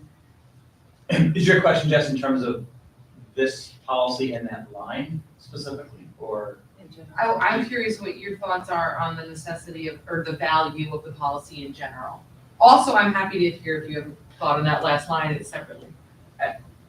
I think there's a value to lesson, right? And NISBA exists to establish policies, that's very good. Jeff will tell you that, I don't remember offhand, there's like 10 policies that are required by law or something like that, right? So a lot of the policies are above and beyond what we need to function, without question. So do they hurt? No. Do we need them? Also, no. I do get nervous anytime there's something very specific in a policy. Because then if we accidentally not meet it, then we're not. Yeah. complying. I mean, I'd be lying to you if I told you that that was in here and the last part of the last sentence said on a monthly basis. Right, so it's more just of the practice that we do. It's hard when there's all these policies, but we do that, we do that. And so I think we get into words like periodic. It just helps to kind of make sure you're doing things, but you're not being held to a timeline that is sort of irrelevant. And all that helps. So that's my response when you were saying maybe we can manipulate words. I think that there's, like, for me in particular, I don't want to speak for anyone else, but I don't think a change in words is going to change my opinion on the value of this policy. I would agree that, like, if we're saying that we need to make it like so broad and not specific to be valuable, especially for any future superintendents, then maybe it's just redundant. Like, to me, if we have to make it so broad that like we don't even have to follow it, why even have it? So I don't have any objections. So like the question of, is this even a necessary policy, especially if we don't feel the need to make it specific and something that we're actually going to monitor the progress of. And I mean, reading these, I can't help but think, geez, I hope we are doing this already as a district. So I'm not really looking for a second reading because I'm not really interested in the policy, but that's just me. So did anyone have actual feedback for the language? My thoughts on the second reading is that I'm not comfortable pulling it in its entirety without. We wouldn't pull, we vote. Or, that's fair, well, no, we don't have to vote, no, we're just talking about. This We is could, this is just discussion, there's no motion on There's the no motion, floor. there's no Yeah. motion on the floor. So I guess what I'm wondering, so that's why, if we're not changing the language, there would be no purpose, we could make a motion. So the only motion would be to actually proactively implement it. If we decide we're not going to adopt it, we don't have to act at all. I make a motion. No, to not well, adopt. so if we don't adopt this policy, then the current one, unless we rescind the current 7,000, stays in place. And I would argue, I mean, we have these goals, and I think it's the goals of this policy sort of reflect the values of the district, which is why it's a local policy. It's saying that what we value in our facilities. I mean, I think our facilities are really well maintained. And are people using this? You know, it talks about long-range planning and program evaluation in relationship to our facilities. And, you know, two meetings ago, we had that tour that Matt gave in regards to that furniture pilot. That is like under this, in my opinion, this is the goals that are established here in this policy. If we eliminate the policy, you know, maybe, you know, when these folks retire, it's not gonna be put down what Averill Park's, you know, values are. And that's why I would advocate to keep it. I think the point would be that it would be hard to hold them accountable if there wasn't a policy like saying that they would have to. Right, when the days are done, you have to trust people to do their job. You don't need to make a law or a policy about every single thing. I mean, at some point. Is there a it's just happy much. medium? Is Is there a way to combat, like, okay, can we rework this so that it might be one policy instead of three? And then, you know, talk about really and truly, because there are other mechanisms for accountability. So I don't know that that's the case. And I'm an actions speak louder than words thing. So we're definitely doing it. and Jim is doing it, and it's not to diminish what we're doing. It's just, there's already thousands of policies that we have to deal with. I mean, when we're talking. Yeah, but you also gotta think, if there is ever comes into question, we can point back to something. And if we don't have a policy in But if place, you then have there's a gazillion something. policies, who's gonna ever go through all of those? I mean, Well, I would argue that when there are things that are come up, you know, So, I don't know, you know, we do point back to, well, why are you doing it this way? but my Because our question, policy reflects the district schools. but a goal, but so like that's the thing, we're not really, they can't really violate a goal, I guess is what I'm saying. So like how, like we can't say you're not complying with a goal. Well, it's So, I mean, it's so, if we, Would it be reasonable, if we're saying that there's a possibility that there's a lot of redundancy here, would it be reasonable to like kick it back to us in the policy committee so that we can review, are we already speaking to this elsewhere? To just review if there is that redundancy or if we need this separate. No, but Jess, I wanna understand, like, tell me what I'm missing, is if someone is not following this, because it's a goal, can we do anything about it? I hear what you're saying about, I like the idea of like, this is what we're striving, it's almost like a mission. Like, this is what but so I guess, as far as putting it in a policy, so what, how, if someone's not following, I wanna understand like a scenario where someone isn't following it, and how this policy would help us take action. I mean, I think it could be in a reverse, so say Matt says, I want to try this pilot program that is structurally based in a classroom. And we say, well, that's gonna cost money, and then Matt can say this policy, can point to a policy that says that facilities development has to incorporate X, Y, and Z, that's in the But policy. has to that we incorporate is want a it. requirement, not a goal. Say that again? You're stating a requirement, these are goals. You're saying if we have a requirement that they have to allow for integration of this, that's my point, that's my question. I'm not trying to say it's wrong, that's what I really wanna understand. Yeah, and How I we guess, make that I think by goals. saying a requirement versus a goal, by all rights, we could say tough noogies, Matt, you can't buy it. And Matt could say, well, it's in there, we'd say, well, it's a goal, tough noogies. But Matt would also be in his, kind of, in the right space to be able to say, well, you guys have put in policy that you do want our classrooms to be reflective of kind of create, design facilities that have flexibility, et cetera. And that's what I'm trying to do as the superintendent, et cetera. But here, I do like, so, number one, I'm not comfortable doing like a wholesale, anything with this without Adam, because Adam is very invested in these policies. And so I'm not comfortable doing that without him here tonight. And he will be here on the 10th. I think we're gonna, I think we might be missing one, anyway. Yes, I'm not here. But so we can get your input, I just don't wanna do anything big without. Well, so being that these are not tied to a regulation, I don't have a problem tabling it until we can all make sure that we're all comfortable with it. I also, speaking to your example, would like to understand like the spirit and intent of the policy, because if it's about accountability, the way you just described it, we could potentially be backing future boards into a situation where we have to potentially make a really hard decision that could create a negative dynamic between us and admin if they're asking for something and we have to say no from a budgetary concern. Yeah, but I don't know, I guess I just wanna understand a little bit more about the necessity and make sure that there isn't some better way to do this. It does, the more policies, so there are policies that are necessary by law, we have to have a policy saying we will comply with this law. So there is some point where we have so many policies, they lose everything. Also, we do have a meeting before the 10th, and I will be at that one. The next meeting, I think, is January right. 24. Oh, that's right. We have Yeah, budget season twice a month. Yeah. Yeah. I don't know if that gives you guys time in between. I I don't think we do have one No? in January. We don't have a second one in I think the January? 10th is the next one. Of February 10th, okay. I just wanted to see you all again, I made it up. Yeah, this one is February. next week. I think Next further week's a holiday. discussion, but, further discussion is helpful, but to me, the intention, and again, explore like, is this redundant?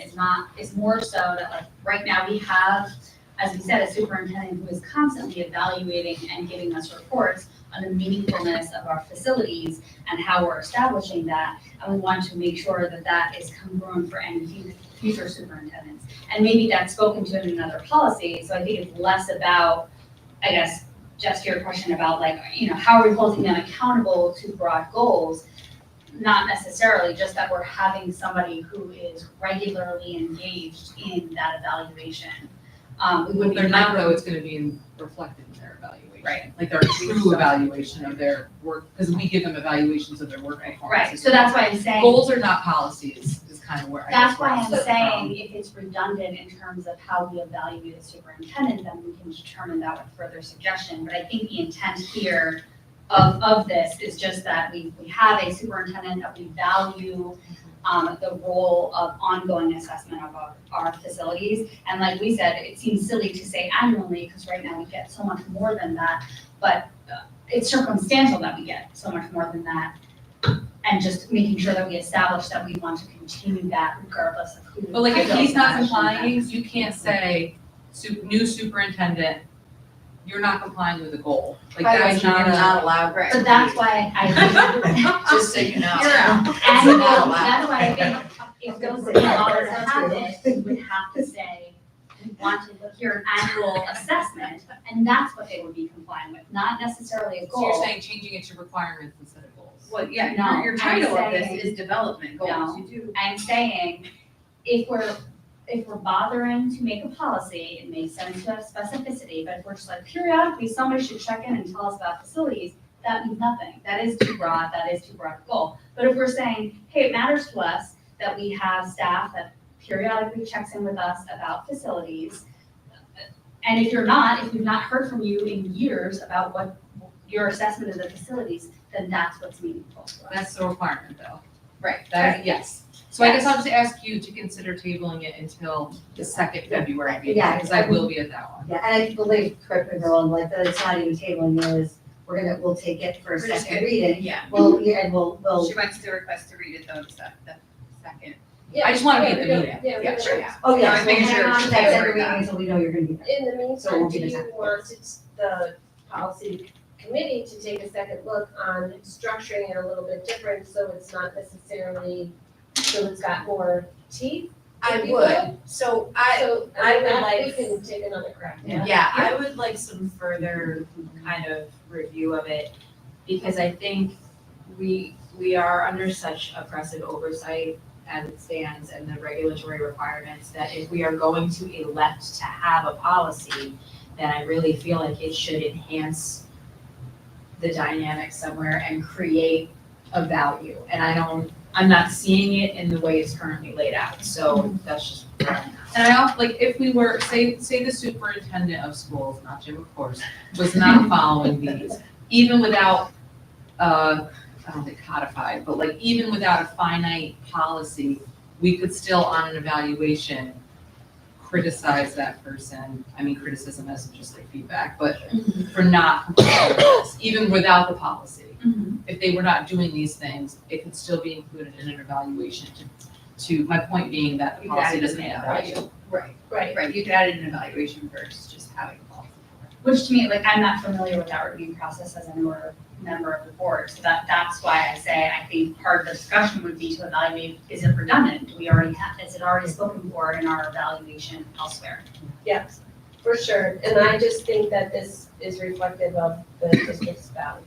Averill Park's district values, not New York State or not New York State law, what we value in our facilities. So I can respect that, I'm curious how many other policies we have that are like that. Oh, for sure. No, I mean it, like values versus, no, I mean, I didn't mean that sarcastically. Well, but I one think that's could what argue- local policies are for. Well, yeah, so is- one could is argue- To say to the community, and I mean, us as representatives of the community, say this is what we value as a district. And so that it needs to be somewhere. We can't just say, oh, yeah, well, today I'm gonna knock the superintendent down on his evaluation because he didn't do this. Well, did he really know he was supposed to be doing that? I mean, I don't know. I think that And to answer to that, I would think any policy where we have the leniency to do so, we make it like more specified to our specific community and our specific community goals. I think that's part of what we're doing with all policies, is ensuring that it's accurate and reflective of our community, so. I don't disagree with any of that. I'm just not seeing that here. Well, so we'll, as a committee, we'll take a look and see if we can kind of hone in on that. So, is everybody comfortable with me applying that to 7100 as well? And so Yeah, take- we'll- And 75. I think all of them. I don't, what is the intent behind the naming the school facilities? Well, again, that's local thing, we just don't wanna say, have somebody come in and say, hey, we should name this, after so-and-so. But, and this is one Michelle where, Barada was a great music teacher. We should name. for example, we have to Algonquin. rename Algonquin, we don't wanna end up with a Jim Franchini Middle School. Just I saying. guess- Thought was working my mind. And I think that is something that we value. If we don't, unless you really wanna get into trying to honor people in general, I think that prep policy in particular is important. And there's That's my nothing opinion. currently like this is completely new. That's great. And I think it's something that we could potentially be in the thick of, as. I'm we still bitter keep on- over naming. I agree, I think it's, So, but as we've been in the midst of this discussion and debate about renaming even I don't our. think that that's a I don't think that we issue want to that start you wanna tackle as a board. down that road. But this is attempting to avoid Avoid that that. Exactly. by Well, and if we- refraining from any This specific new names. naming, like the It's the new Board of Education. mascot naming we had to do. Hold on, one at a time, so Jess and Michelle. When we had to pick our new name, it was ultimately up to the school board. So this is actually consistent It with. is Yeah, very exactly. consistent. Yeah, with this what one I we- actually what we am just more okay did. with than the other It two. is just. Only because someone's gotta make the decision, otherwise it's complete chaos. And it makes sense that the school board would be, we're getting into, well, actually, so we're not gonna talk about it, but Fine with me, I- same thing, but- So I Yeah, like, disagree because we don't have a right to name, we couldn't keep our name. That was actually a required by the state name change. but they said the ultimate decider is the school board, We have a limited right. I would say we don't Yes. have, we have a not limited. unconditional. Not And when we unconditional, reviewed- that's, there's the legal. Yeah, and when we reviewed this, I checked the congruency of that, when we recently came up with that mascot, how did that go? And so it was a discussion of, okay, we took in feedback from the community, there was community votes, but we still just had to essentially, I don't know if the term would be like codify it by like, yep, okay, we're going with what the community voted for. But I think avoiding the naming piece would be the intention to avoid future things like that, to name it after somebody and then there'd be a scandal about that individual and then we have to go through that. Well, and whole- also if not the board of Board of education, who? The Exactly, superintendent, exactly. who may not even live or feel strongly about the district? Right. The principal, because we like them the best? We don't pick a body. Right, It's so it would be gonna like in the avoidance of nepotism, to have the board give the final. I think this just adds like a little bit of guardrails to something that could be coming down the pike, to take something that could be complete chaos and just put it onto a on-ramp or off-ramp, should they need it. So you're saying there is absolutely nothing in any policy anywhere about how, Jim basically could have just said, this is our mascot and I'm naming it this. Is that what you're saying? There's nothing anywhere else Well, as it's, these guidelines is? this is for our school building. This Okay, is well, the you could building say specific- Algonquin if you wanted to right now. If Well, you we could did- try, yeah. Well, we do have a current policy in place to not do that, but yeah. Aside from this, you're saying?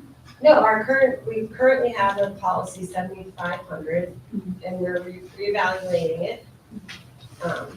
That's why I'm confused. So you just rewrite it, I felt if you were implementing a new one, then you would retract the other one like we always do. Correct. Are we not doing that on these? That's why I'm confused. No, so you don't necessarily need to retract if you implement one it supersedes the current one. So Because you're some of just the ones where modifying they- 7,500. Correct, and This some was of a the bit different. ones we're rescinding it's because there's that information is found in a different policy or it's obsolete for whatever reason. So I'm we're curious what using- the original wording was on it. So It's almost the same. on board docs, there's a policy tab and it is almost the same. You can go and look what the policies are right there. But the board policy committee reviews, I mean, we have to periodically review and make sure our policies are up to date. This, last time this was adopted was 2004, so 20 years ago. So we want to make sure, periodically we're reviewing our policies to take ones that are out of date, to update ones according to law. And That has language changes and things like that. I mean, it's the board's, the two main responsibilities of the school board is to hire your superintendent and to create policy and maintain your policy. And absolutely look at the old language, but Yeah, for the sure. only discussion I remember on this particular policy was when I asked, but how did this play out with the mascots? Can we make sure that we've worded, I think it was that middle piece there, to make sure that it is congruent with how we did it, and that we're not giving undue, sort of power to the board for us to just decide, hey, we want to name this X, Y, Z without community input. We made it more congruent for the recent issues that came up. That's the only discussion I can remember having about this particular one, but. Maybe just one question for discussion. Do we want to put a limitation in there? The Board of Education, since it's local, the Board of Education, and I'm not saying we should, it's just kind of more for you guys to think about. The Board of Education 7,500? maintains the right to name new school buildings and to change the name of existing buildings in situations where, when, and identify, we don't want to just, all of a sudden we got an unruly board, it could happen, who wants to be difficult and just wants to change and leave, so. Like when mandated? What are the conditions under which we would choose? Yeah, I mean, we have to be, it would be tricky to write, which is why I can't offer language right now off the top of my head, but I just don't like a totally unfettered change as you want. Change, we definitely would want to consider mandates, like what we have to do for the Warriors. I don't really know any other scenarios where we would need to change building name, but I want to make it more than just the board can do it whenever they feel like. If there was combined with other Precipitating districts? factors. Precipitating factors. Yeah. Just Yeah. I was Just- thinking just if there were some- ever a case where districts combined and the district that was merging with us wanted to maintain some part of their identity, that's the other. Conditions. All right, well, so I'm happy to take these three. Yep. For a second reading. Yep. With the potential of combining the first two with the feedback that you guys gave in terms of the first two. Combining them, the more teeth, even looking at specific potential conditions for 7,500. And we can revisit when we're all present. Yeah. Yes. Yes, okay, Makes so, second. Okay. Thanks for everybody's contribution. Oh, for sure. Evaluating it, making it Good meaningful. discussion. It's funny because sometimes what seems like the most mundane thing creates the broader debate, but that's kind of why it takes all of us, because we're all different people with different perspectives and all of that, so I think it's good. I can't tell you guys how many times a day I tell my colleagues, say less. Yeah. Only because there's so much more risk the more you say. Yeah. Or right. Okay, we are, if everyone is good on policy. Yep. So much fun. We are at our second public comment period for items not on the agenda. I do have one blue sheet. I'll do that. Those wishing to address the board asked to complete the request form submitted to the board clerk in order to be recognized. Comments are limited to 3 minutes per speaker. Visitors are invited to make brief comments and direct questions to the board. Questions are generally not answered during public comment and questions will be addressed by the administration at a later time. I have a blue sheet for, I'm going to try and get the name right, Russell Van Brocklin. And it is regarding a dyslexia task force. And Jim, if there are, we also have Russell sent email with more information as well. So I'm not sure if we have another kind of offline opportunity to pass along more information with 3 minutes, but I'll invite Russell up now to speak at the microphone. Are you good? Are you Russell? Yes. Hi, Russell. Hi, sorry. Thanks for coming. Thanks. You're up. You got 3 minutes. Well. But again, Please use you got the microphone so we can capture. It Okay. has to go through the wires and up into the machine. Okay, can you hear me? Yes. Okay, have any of you ever heard of the Dyslexia Task Force? No. Okay, just passed, been out there for a year. Your K through 5, everything's going to change. It's gonna get real expensive. We solved that in this district almost 20 years ago. My name is Russell Van Broncklin. I graduated here 33 years ago with severe dyslexia, and I wanted to change things. Any of you know Susan Ford, special ed teacher? Okay, we worked with her back in the OOs.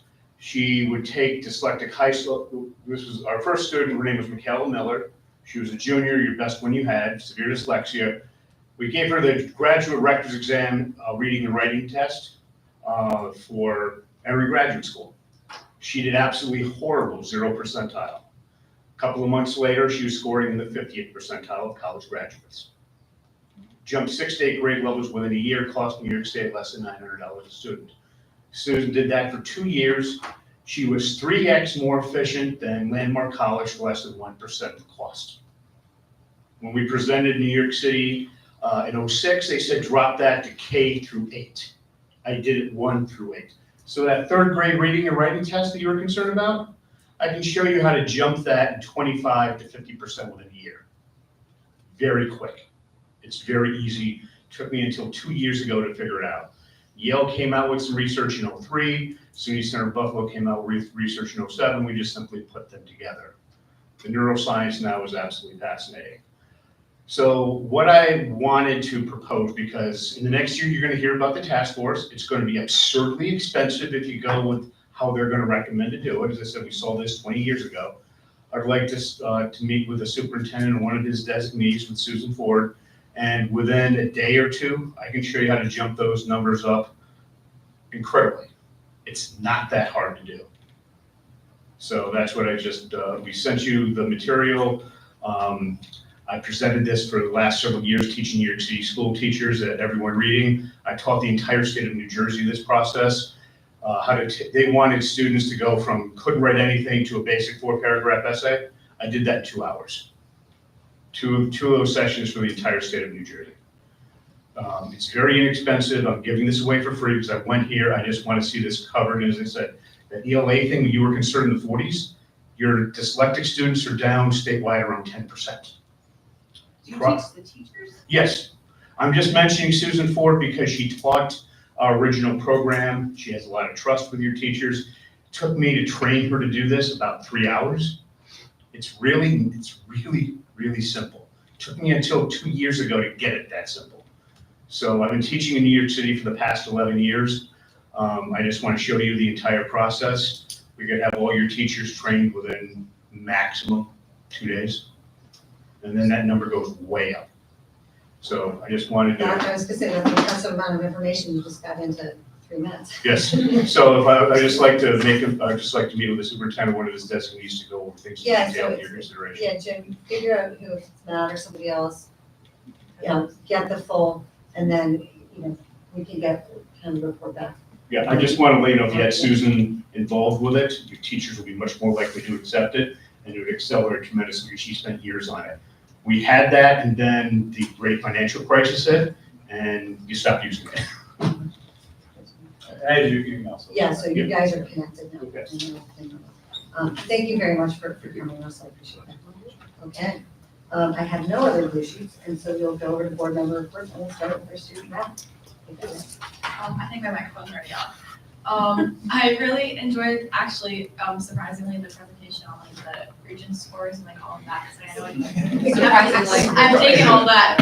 That's not meant to be like throwing any sort of like disrespect, but like that's, I don't know, I feel like I actually really enjoyed learning about that stuff, and as someone who's like taken all of those tests and like done it, and I know I've watched the regions change a little bit over the years, and I know for some of the exams, like they shifted the way they were given, so it was hard to prepare for them. And I know we talked, or you guys talked a bit about like how teachers can prepare their students based on what they've seen on the tests in past years. And the charts that we saw over like, questions and different topics that are broached on the exams. And I'm gonna say that's really helpful when teachers can do that and look at the exams, because I've had a couple of teachers do that both with old AP exams and then go over it, and then give you estimations of like, what's the big topics. Because as a student, you're throwing so much information, it's really hard to figure out like what's important. And when teachers can really help guide students, because they sometimes teaching the same subject for 10, 20 years, it's really, really helpful. So I appreciate everyone who looks at the data and does all that stuff. Thank you. I just continue to learn a lot through the process, going through my NISBA trainings. I'm almost done with my modules, but I'm continuing to just learn so much through being part of this process, and appreciate all the passion and conversation and feedback everybody gives to make the work that we do more meaningful. And I just wanted to say also, like, as a parent in the district who has a future 9th grader for next year, I just, after your presentation, better understand why some of the scheduling choices were made. In terms of, I saw the breakdown in terms of the different math routes that students can take, and now having better understanding of why that's happening. I have to say too, it was impressive to see how early our district starts the conversation about scheduling, because I know plenty of other districts don't. And also seeing high school staff trying to meet the current demands that they know of, while also trying to anticipate demands that they don't quite have all of the clarification on. In agencies I've worked before, it's kind of, they use the analogy of trying to build a plane as you have to still fly it, and could see that firsthand in terms of navigating, making sure that we're giving our students options, but also meeting demands that we only partially know so far. So just wanted to provide that feedback. I didn't have any committee meetings, as we were all for 2 weeks, so I have no report, other than it saddens me that the lag time with the data. It's a little bit challenging, but you guys are doing an awesome job with it, so yeah, thank you. I have no report. I'll miss you. I'll be in Mexico and I'll think of you. See you at the end of February. Was that necessary? It was so cold walking in. I'm so excited.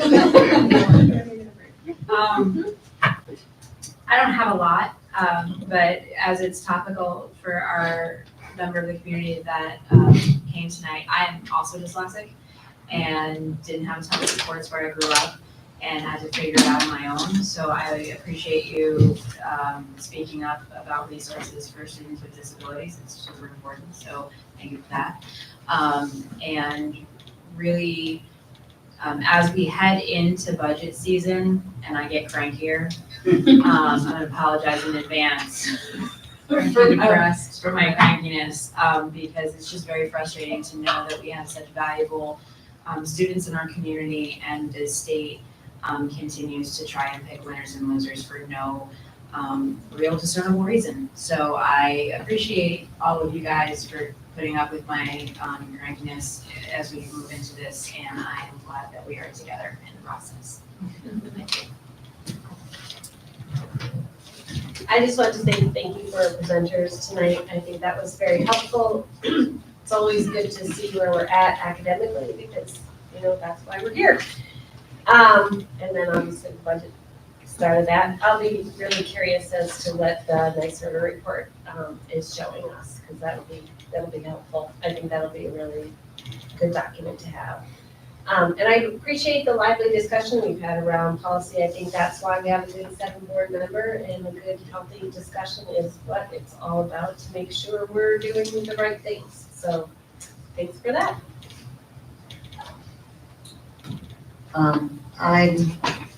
I'm just gonna say, I'm looking forward to the budget presentations, because it really is, again, ahead of time, I appreciate how you guys break it down, because it is undigestible otherwise. And you can't make an informed decision, you certainly can't make an informed vote without the way you guys break it down and execute, and being in contact with other school boards. they don't necessarily do it this way, and I don't know how they function, and so I'm just very grateful for how we, split up our time and get the information, from you guys, so thanks. Before our next meeting, I believe the musical that they're doing something very creative and unique this year with the high school musical. So that is that weekend right before our next meeting. So 6th, 7th, and 8th, I looked it up because I forgot exactly. It was right before, right after. So if you can go out and support these amazingly talented students, I can't wait coming up. There's all county and suburban council. So these are opportunities for our musicians to go spend time with musicians around the county and around the suburban council. And it's something to put yourself out there, and it's very fun. And I'm so just really proud of them. I can't say this. Otherwise, we will see if, any of the Rockefeller Institute's wise guidance makes it into any of this budget process. I am skeptical, but hopeful. So we'll keep our eyes on that, and if there's any, and I know that Carrie will grab onto anything, any nuggets she can grab, so that is appreciated. All right, that's all I have. Thanks everyone for doing a great job. Megan. Motion to adjourn. I just need a second for that. Lauren, seconds, all those in favor of adjournment. Okay, we're out here. Thank you guys. No, I forgot.